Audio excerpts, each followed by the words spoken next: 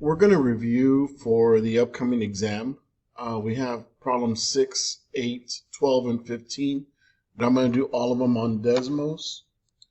So for number 6, I'm going to go ahead and type that into the calculator. And I'm going to see how I can kind of situate it, both screens,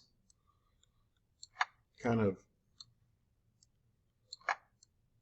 do it simultaneously. Now on your paper, I do expect you to draw the graph, sketch it, come up with a table. Okay, so it's asking, determine whether each function is an example of exponential growth or decay. So with the use of Desmos, I'm going to go ahead and do this section.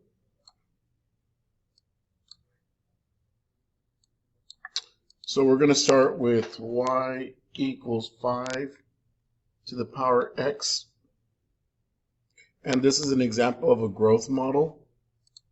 And what you want to do is go ahead and graph these points for this interval. It's asking for what is the y-intercept. Well, it's going to be where it crosses the y-axis, which is 0, 1. So this is number 6. Okay, let's go on to number 7. I'm going to go ahead and move it over, 7. So you're going to go back to Desmos, and you're going to type in y equals 2 parentheses 4, and then you have the power x. And it is a growth model. Once again, you're going to make a table, and it's okay if you go from -2 to 2. If you want more points, you can. Make sure you label the points. And we notice again the y-intercept is 0, 2. Okay. So what you would do on your paper is you would graph the table, sketch the graph, and then you would write growth model example.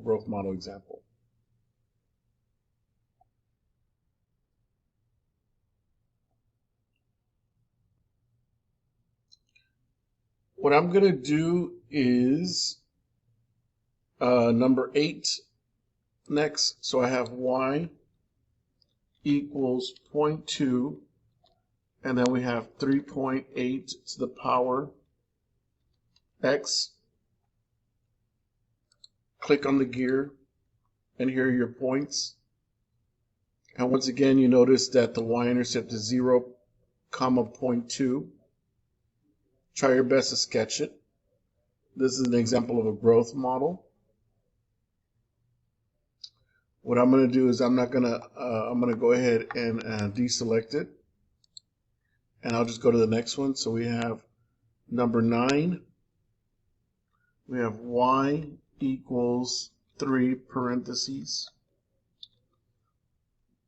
0.25 raised to the power x. This is an example of a decay model.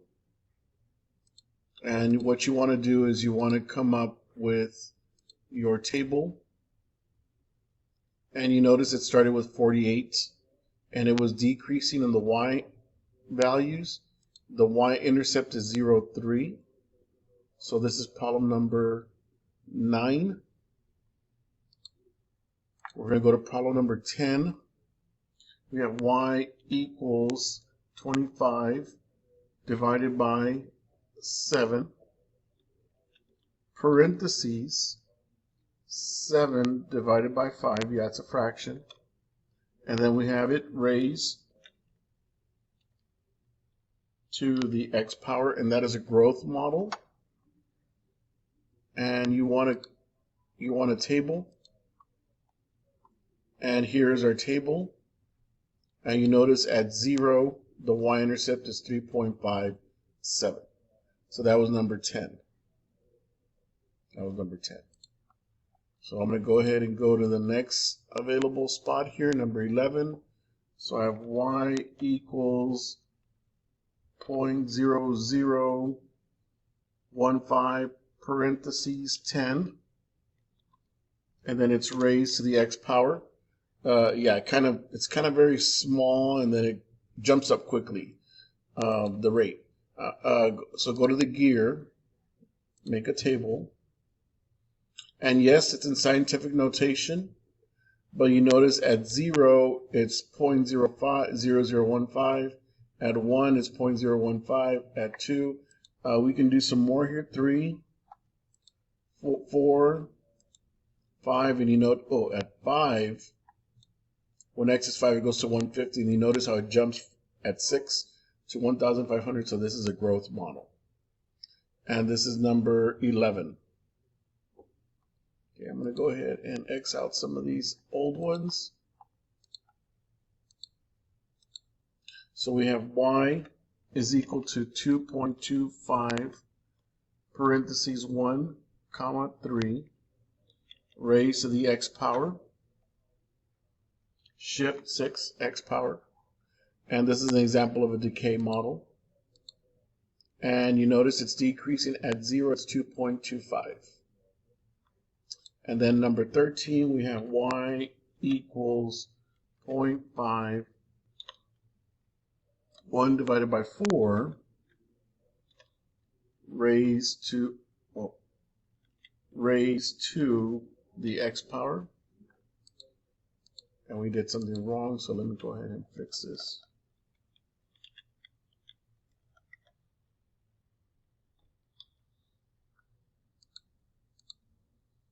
Okay, so let me X this out, see what's going on.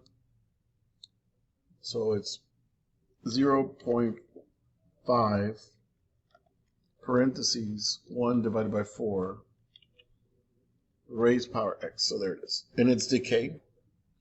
So you show a table, and so at 0 it's 0.5.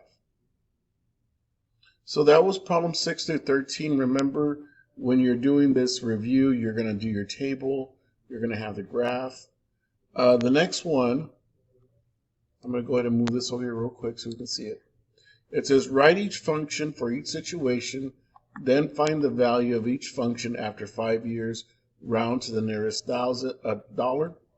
So we have 12,500, and the car depreciates 9% each year. So let me explain to you the equation that we were talking about. So remember, the equation that I showed you was y equals your starting amount, 12,500, and it's going to be 1 minus whatever it's going to depreciate, the percent. So it's 9 divided by 100, and it's going to be raised to the x power. So let me go ahead and do this again. I don't think it recognizes the comma. So there's our equation, and if I were to look at my table, at 0, the car is 12,500. After 1 year, you see how the price is going down. Now you don't see the graph here, but if I do minimize it, you'll see. If you want to work with the window, go to the gear. The x-axis, you probably want to start at 0. Good morning. We're going to go from 0. We're going to go from 0 to, let's say, 20. Our y-axis, we're going to start at 0. And the highest, it was 12,500, right? And there you see the graph. You see how it's decreasing. So that's how you can check if you're doing it correctly. There's a model. Okay, the next one, we have a baseball card bought for $50, increases 3% each year. So what I'm going to do is I'm going to click on this so I don't use that model. So we have y equals, the baseball card is $50 at the beginning of the value. We know that it's going to be 1 plus $3 divided by 100, because it's going to go it's going to grow 3% power x. Now, you don't see the graph, so once again, you can go to the gear. We start with 0. We can go up to 30 years. We'll go up to 30 years. 0, the lowest y value is 0. In this case, we don't want to go too high. We can probably say 600, maybe less. We'll say 100. And so here you have the graph, how it's increasing. And if you want some values, you can make the table. And you can see, for example, of course, you're not going to have negatives. You're not going to have negatives, so you want to start with 0. That's 50, 1 year. Let's say 10 years. And of course, you don't see it here. Oh, there's a 10-year mark. 10 years at $67. Let's say you want it at 40 years. It's 163, and I'm not sure if you can see 40. I think 40 is right here. At 40 years, it's going to be $163.10. Section 7.2, what you have to do is problem 16, 18, 20, 22. And this topic we dealt with transformations. So I'm going to try to do all the section, maybe up to 23. But I only asked you to do 16, 18, 20, 22. You do all of it, I'm going to give you extra points. So let me go ahead, and once again, I'm going to show your work using Desmos.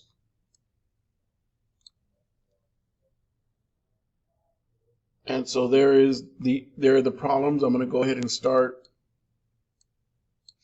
I'm going to start with number 16. And of course, I'm going to get rid of this here. This right here, I'm going to go ahead and what I wanted to do is go back to normal. So in this case, what you probably want to do is go to Desmos. And it should go back, it's going to go back to the original settings. There's the original setting. It's probably the quickest way to do it. So graph each function on the same axis as a parent function. So we have y equals 2 to the power x. So you're gonna sketch this graph. That's the parent function. And then for 16, you're going to write y equals 2 to the power x. And then it's minus 7. So you notice that the function will shift 7 units down, so you're going to go ahead and graph that for number 16. Number 17, I have the parent function, it's the red one, so we have y equals 0.25 times 2 to the power x, and you notice that it's a vertical compression. The green one is a new function, it's a vertical compression.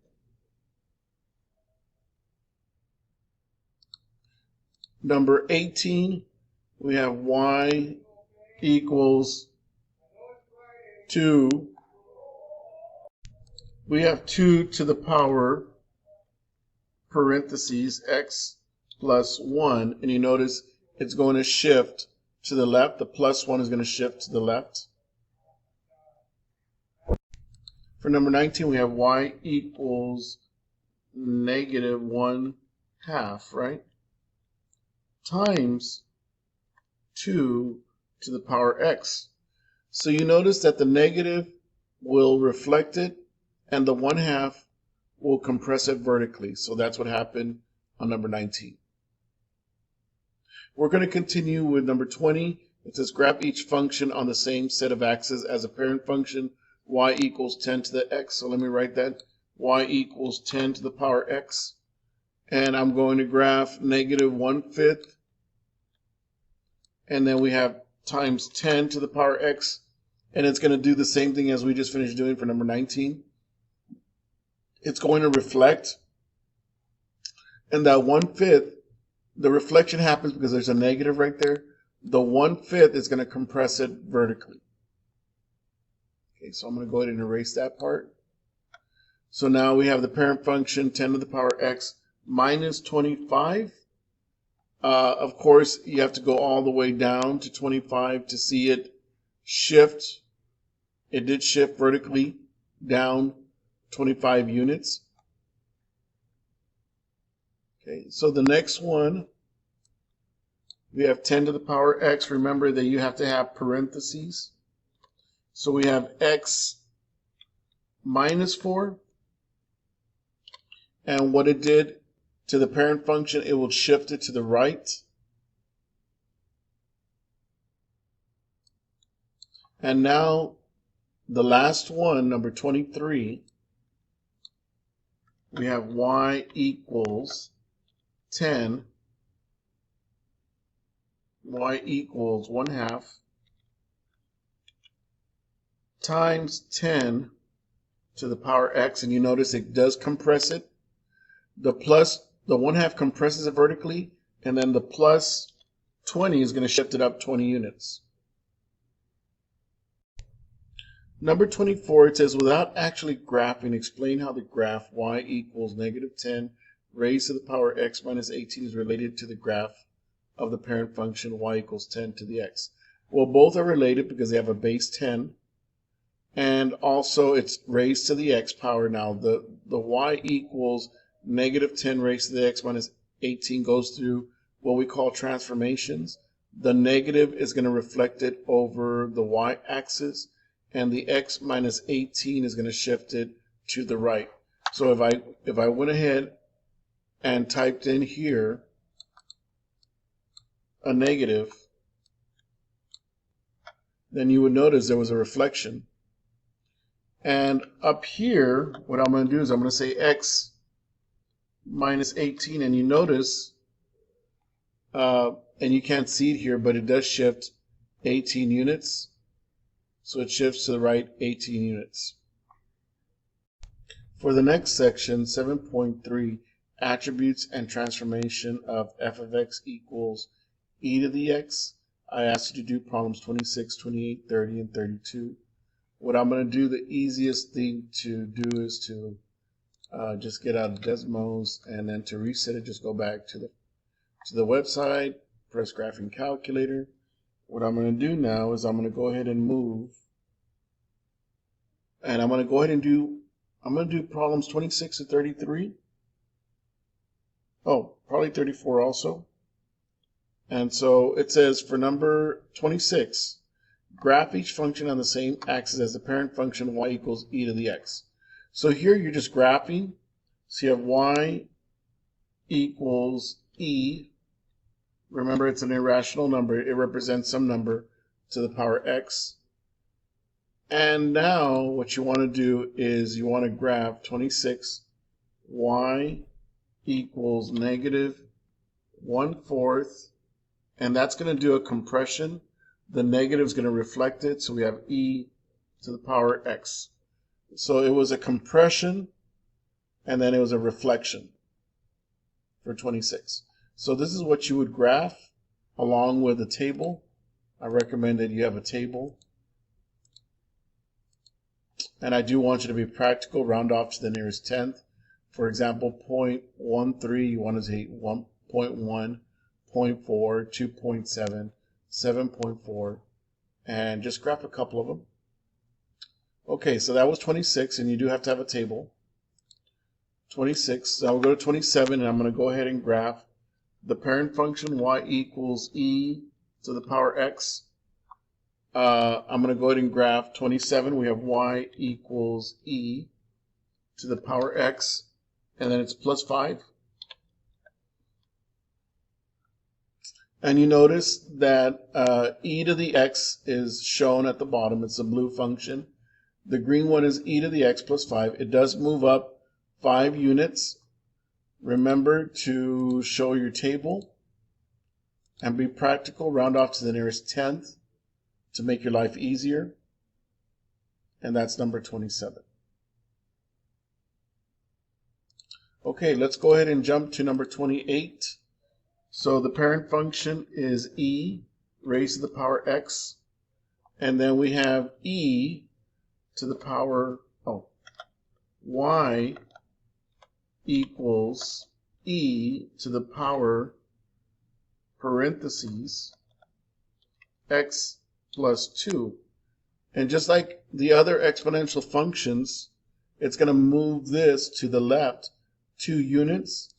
Go ahead and make sure that you complete your table. You have those 2 tables. So remember, the green one is the parent function, and the purple one is the e to the power x plus 2, and it shifts to the left. So I'm going to go ahead and keep e to the x here. And you notice that there's 2 transformations here. The 1/2 is going to compress it, and you're going to see that here. Y equals 1/2 e to the power x. There's that compression. And then remember, shift.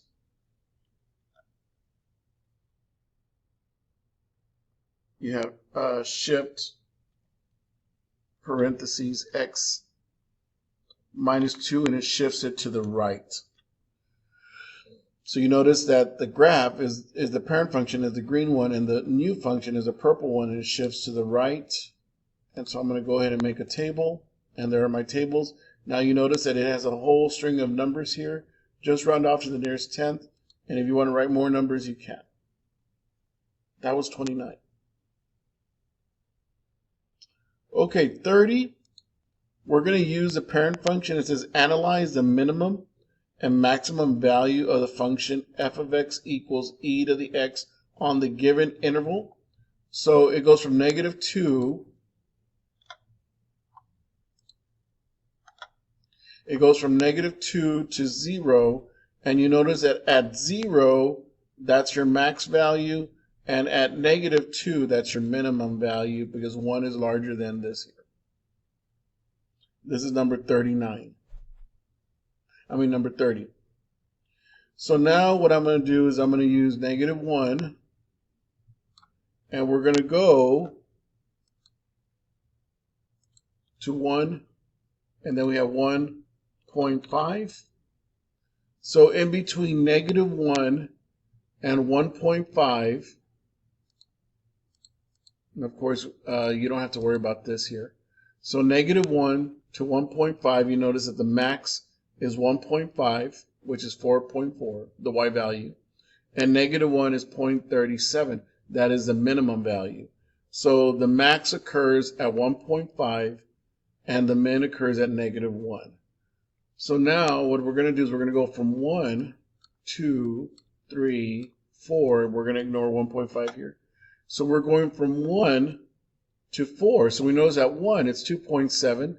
And we know that 4, it's going to be, y is going to be 54.5. So we know between these 2 intervals, the max will occur at 4, and the min will occur at 1. So that's number 32. And then we're going to go ahead and do the interval from 3 to 5. So we have from 3, 4, 5. And you notice from 3 to 5, 3 is going to be 20. The y value is 20. And then at 5, the y value is 148. So your answer will be, your max will be 5 at 5, and your min will occur at 3. 34. Without actually graphing, explain how the graph of y equals e to the x minus 13 plus 7.5 is related to the graph of the parent function. It's actually a transformation of the parent function. We have e to the x minus 13. That's going to shift it to the right, and that 7.5 is going to shift it up. So let's go ahead. I'm going to graph the function that they're talking about right there. Even though it says don't use a graphing calculator, go ahead and use one if you have to. So it's going to shift, you notice, to the right, and then it's going to go up vertically 7.5 units. So if I minimize this, you see how it shifts up 7.5, and it shifts to the right. 7.5, I did want you to do 39, 40, 41, and 42. I did not want you to graph logarithms. So 43 to 48, you're not responsible for that. So let me go ahead and do number 39. It says write each expression in log form. So it's going to be log base 6 of 36 is equal to 2. Number 40, we're going to have log base 2 of 0.125 is equal to negative 3.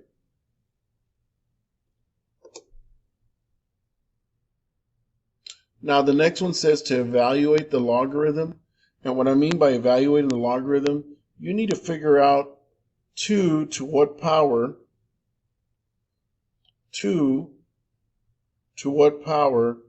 is going to give you 64. And if you want to do trial and error, you can. You can also use Desmos. You have 2 to the power 5. And you notice it's 32, so you know it's going to have to be 64.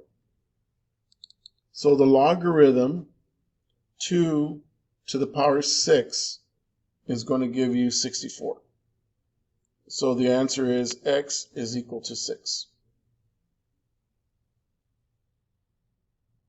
42 it makes you think a little bit. We know that we have 3 to what power gives you 1 over 9. We know that 3 squared, and I'm going to kind of move this up. Move it to the side here. I know that 3 squared gives you 9, but we want it in the denominator. So just like I told you in the notes, when you introduce a negative here and the exponent, that's going to bring it to the denominator or the reciprocal. In this case, it's going to be 1 over 3 squared, which is 1 over 9. So that's what you have to do from 39 to 42. For the last section, I'm asking you to do 49, 50, 51, 55, and 57. I'm going to try to do all of them. So we have 49.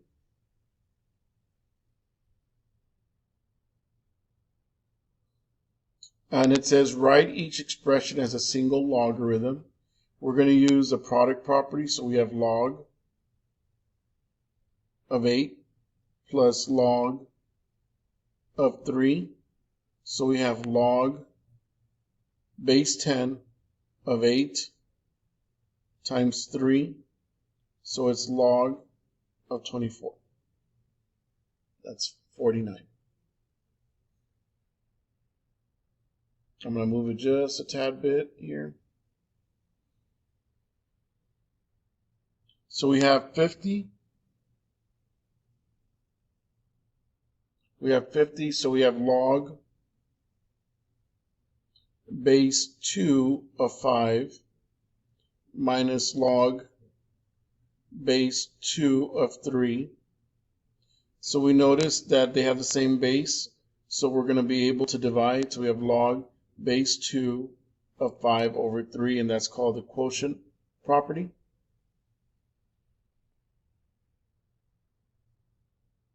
(51) we have 4 times the log base 3 of x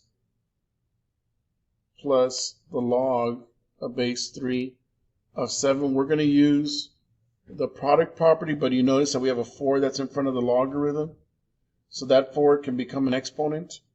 So you have log base 3, and we have x to the 4th times 7. And we normally write the number in front of the exponent. So we have log base 3 of 7 times x to the 4th. 52.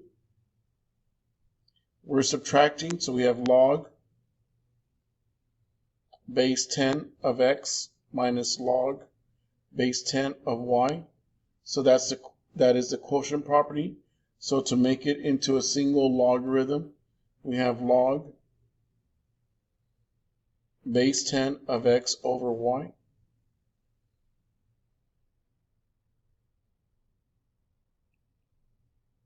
53, we have log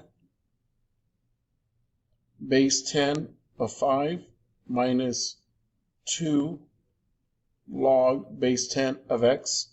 And once again, it's the same base, it's base 10.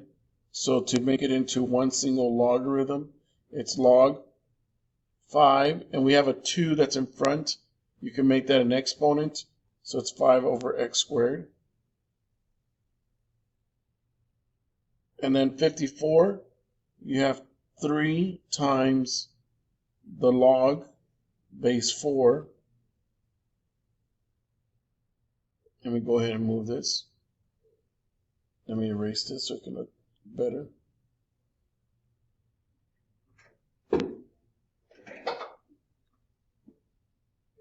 So we have 54, and we have 3 times log base 4 of x plus 2 log base 4 of x. And we're talking about the product property. So you have log base 4, and then we have x to the third power times x to the second power.